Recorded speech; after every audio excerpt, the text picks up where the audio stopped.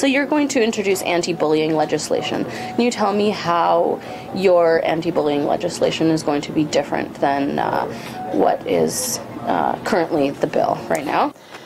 It's great that you asked me that, because the meeting I was just at was with 9 parents whose kids have been bullied, and the London Anti-Bullying Coalition was part of that meeting.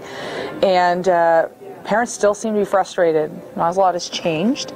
And I think it was because the bill that was originally drafted by Elizabeth Whitmer and was then carried on by me after her retirement was far more comprehensive than what the current government put forward. In addition to that, I didn't feel that a white paper drafted by me, knowing what I know, having gone through all of the hearings, listening to people from across the province, could have gone forward without a focus on student safety. So our student safety component at the end of our white paper deals with 3 different issues. One, with bullying, because at the end of the day, we have to still continue to monitor that situation. It can have catastrophic effects for our kids.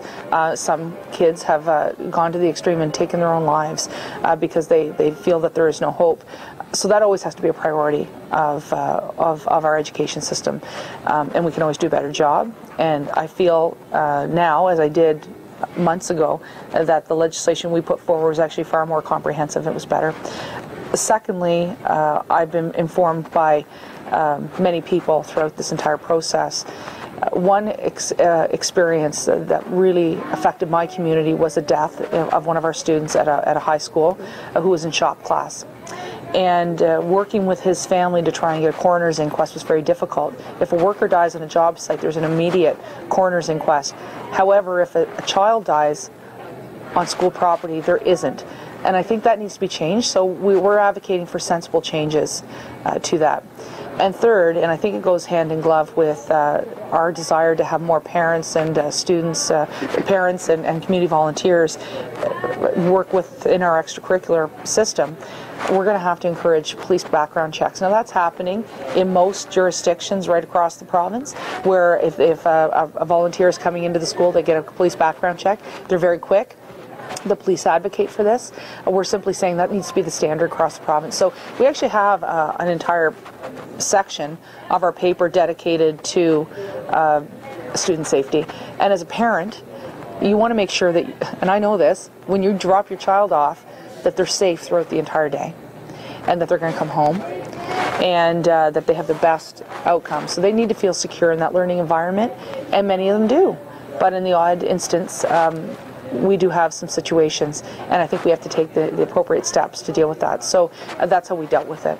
I had a chance to read the white paper, and sort of the thing that jumps out, right away is that if you guys form a government, and if you're the education minister, classrooms and schools will look a whole lot different than they do now. What, say 3 things do you want to highlight from the white paper about, what will dramatically change in the classroom? Well, sure. We're going to empower principals, I think, is the first one, so that they're going to have more determination on class sizes in their schools. They're going to have more of a say on how they can reward teachers who go above and beyond in extracurricular activities. And we're going to make sure that they have a greater say in what happens in their schools. Over time, during the McGuinty regime, and now Kathleen Wynne, particularly during her time as education minister, the power of principals was eroded. So we're just going to restore that. Secondly, we're going to make sure that those extracurriculars that have been taken away by the union are restored. So what we're going to do there is effectively a 3-pronged process. One is we're going to make sure that unions who are threatening and intimidating their members with $500 fines or naming shaming them in a union publication can't do that anymore. So we're prepared to go to Labour Relations Board to make sure that changes. Secondly, we will allow that while the government cannot mandate what teachers do in their spare time, we certainly don't think that unions should be able to do that as well. And finally, we're going to make sure that principals have that power to go out if there's not a teacher available to do extracurricular activities has the ability to find community volunteers who can. And so we're going to make some modifications to the Education Act to allow that to happen, but also give the power to the principals to work with school councils, because the show must go on. We cannot continue to withhold extracurricular activities from our students, because at the end of the day, they're going to be competing not just against other kids in our other systems here in Ontario, they're going to be competing with kids from other provinces and the rest of the world. We need to make sure that they're world ready. And finally, we're going to have a greater degree, I think, of standards in our curriculum. We talk about the fact that 25% of students aren't meeting the grade, 15% of our students are just simply not passing. So there's ways we can change that. So we talk about making sure we enhance numeracy and literacy skills in our schools. We also talk about expanding the knowledge of science and technology. That's one of the big issues that we've heard from parents right across the province and right here in London. And finally, we're going to talk about something that really hasn't been talked about for a long time, is fiscal literacy. We're home to Canada's economic capital in Toronto. We got to start leveraging those resources and start talking to those financial experts to make our kids world ready and prepare them for school. University of Western and Fanshawe College, the students there are doing some great work with the high school students here. We got to expand that right across the province. And finally, we want to talk about some of the good things our community colleges like Fanshawe are doing with high schools in terms of preparing them for the skilled trades. We believe that we can increase our results, and we can encourage more students to graduate high school if we actually have a stream that is dedicated to the skilled trades. We have a dual credit system here in Ontario. We have an Ontario Young Apprenticeship Program. Those types of programs need to be expanded. Right now we have a skilled trade shortage here in Ontario and the rest of Canada. We can do something about it, and we're prepared to. So those are three of the big things, but we also talk about some really practical issues as well. I'm a representative who has a large suburban, rural and urban seat all in one, and so I recognize the challenges of declining enrollment, but also of population growth on the other hand, and the need for school boards to plan effectively for the new populations while also maintaining a rural or urban school that is actually the heart of the community. So we talk a little bit about that too, and giving the trustees flexibility, and that has been very popular in communities across the province. When you talk about the union going to the Labour Relations Board, is that just in particular for teachers, or did you, or I haven't sort of paid attention to the whole. So effectively what's happening today is the Upper Canada District School Board and ETFO have been at the Labour Relations Board for the past couple of weeks, and at some point this week or next we're expecting a ruling on whether extracurricular activities are mandated or not, or part of the job. We're saying something slightly different, is a union shouldn't be able to tell their members what they can't do in their spare time. We believe that teachers shouldn't have to do parts, whatever they do in their volunteer time is their volunteer time. We're simply saying that in terms of the labor relations aspect, we will remove the right of unions to sanction their members by fine or naming and shaming. We just don't think that's the right. Though, right? Not just teachers. Yeah, but in particular this case, there is a Labour white paper, so our Labour critic is more familiar with all the aspects in that, but in terms of our education white paper, this is where I'll focus, is with respect to the extracurriculars. Parents expect those to be restored. Students need them to be restored, and many teachers just want to be doing what they've been doing. You talk to teachers who want to continue to coach basketball, be part of the drama club. A lot of frustration with parents as well who want to continue to help. We talked to a parent today who wanted to organize house league and basketball, but because of the way the Education Act is written and how collective bargaining has occurred, he's been prohibited from doing that. That's got to change.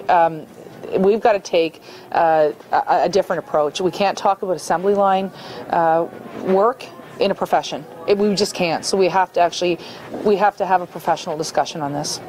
What you kind of mentioned it briefly, that principals would be able to reward teachers. How would that work? Sure. Well, teachers, one of our goals is to make sure that we restore the power of principals in our schools. And a way of doing that is when there is a teacher that's going above and beyond, they should be able to reward them. Ideally that we'd be able to bring in some sort of merit pay, that you could get a bonus if you're going above and beyond, spending a lot more hours, doing a lot of the field trips. But right now our financial situation in Ontario with the $12 billion deficit $12 billion deficit makes that sort of impossible. So what we would do is encourage principals to find other ways to reward teachers, whether that's less supervisory time or other issues that may suit that particular school. But we definitely think that there are teachers out there who go above and beyond, and they should be recognized for that. It should be a merit system. It's a profession.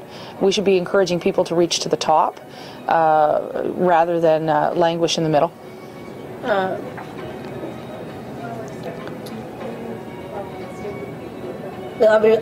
If I was going to ask this question not politically correct, I would say, have you guys just written off the teacher vote, right? Because it just seems like you want to rewrite the Education Act to define what a teacher's role is. You want to cut non-teaching positions by, I think, 10,000, right? Equivalent of 82,000.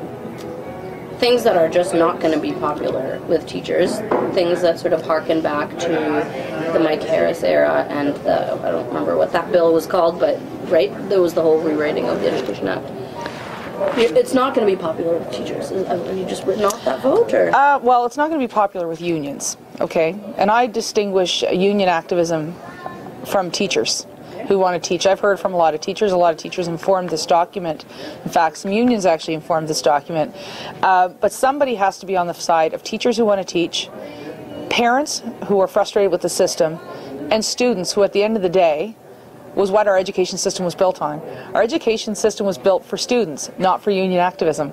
And somebody has to put that back as a priority. We have to shift the focus back to our students, and we have to stand up for those who have had no union to stand up for them. Because at the end of the day, the union is standing up for the union, and we've heard that frustration from parents, teachers who want to teach, and of course students who have seen some elements of their school year completely wasted because of the labor strife. Is there a particular system that you think we should emulate, whether or like a particular jurisdiction in the States or in Europe? Or? We have, in my view, one of the best education systems in the world, but there's always room for improvement. We have to remember as well that we're not just competing against students within our own jurisdiction for scholarships or for jobs. It's the rest of Canada, the United States, and the United Kingdom. But the next challenge on the horizon, when we look at what the 21st century is going to bring in the emerging economies, our students are actually going to be competing not just against kids in the English-speaking world due to technology. They're going to be competing against kids in China, in Japan, Singapore, other places in the world, India, and we have to make sure that they're world ready for that as well. So we have, like in anything in government, room for a lot of improvement, but that's not to say that we don't have a system that is enviable to other parts of the world, including other parts of this country.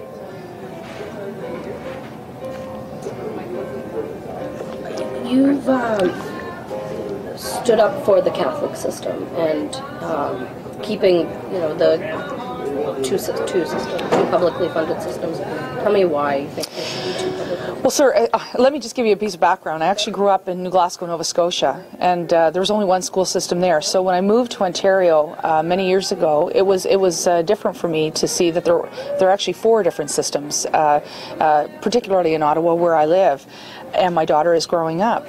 But I've learned to really appreciate the system for a number of reasons. One is I see how well managed the 2 Francophone systems and the Catholic systems appear to be in the rest of the province. They're building schools where they need to be built. They're making the tough decisions when necessary, and they tend to be, and this is a generalization, but they tend to be very good with their money. And it also provides parents with an element of choice with the 4 different boards. You're seeing that now, by the way, with many ads from the Francophone boards and the Catholic boards across the province talking about the values in their schools, but also the fact that they're offering extracurricular activities. It's a big distinction from what's happening right now in the public education system.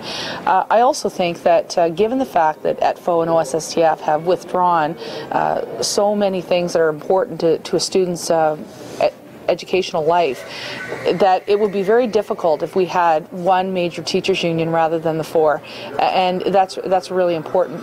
And finally, if I may say this, Bill Davis, who is a leader of my party and the Premier of this province extended funding to Catholic schools as part of his legacy. Mike Harris extended funding to the Francophone system, and that is part of his legacy. Those are important pieces of our Ontario Progressive Conservative legacy, and they're also very important pieces to our Ontario education legacy. And I would be doubtful any political party would want to undo the work of either Bill Davis with the Catholic system or Mike Harris with the Francophone system. Do you think that Ontario should have charter schools?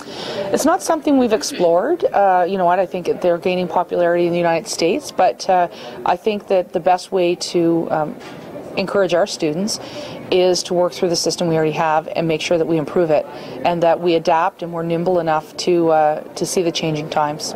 Can you tell me what you think the role that schools should play in social justice, teaching kids about social justice, as well as sort of more controversial things like sex education and homosexuality, same-sex marriage, that kind of thing? So we, I think, addressed pretty deeply our views in our white paper on curriculum, and we talk about where the focus needs to be based on what we've heard from parents. We heard an outpouring of support for enhancing numeracy and literacy skills in our schools. We heard from a lot of parents who said science and technology must be enhanced, so we've taken that route. We've talked to parents about music and arts, and we've talked about physical literacy and the apprenticeships. That's what came up during the 13-city tour that we did, as well as the discussions we've had. So that's where we're focusing on curriculum. In terms of resiliency and making sure children are prepared, and we actually talk about in our anti-bullying legislation that we previously put forward, integrating that type of character building and resiliency building into the curriculum at an earlier age, so students are taught how to interact with other students and what types of behavior is appropriate or not. So I think we've addressed those issues. And just finally, I would say this, that that parents are parents. School administrators, principals, and teachers aren't parents, so there is parental responsibility. And I know not too long ago there was an issue about co-parenting in our schools, and I reject that notion. I think a parent is a parent, and parents have a responsibility in all of this as well. So I think that as a parent myself, it's up to me to teach my daughter how to be a good citizen. It's up to me to talk to her about issues of morality and issues of faith.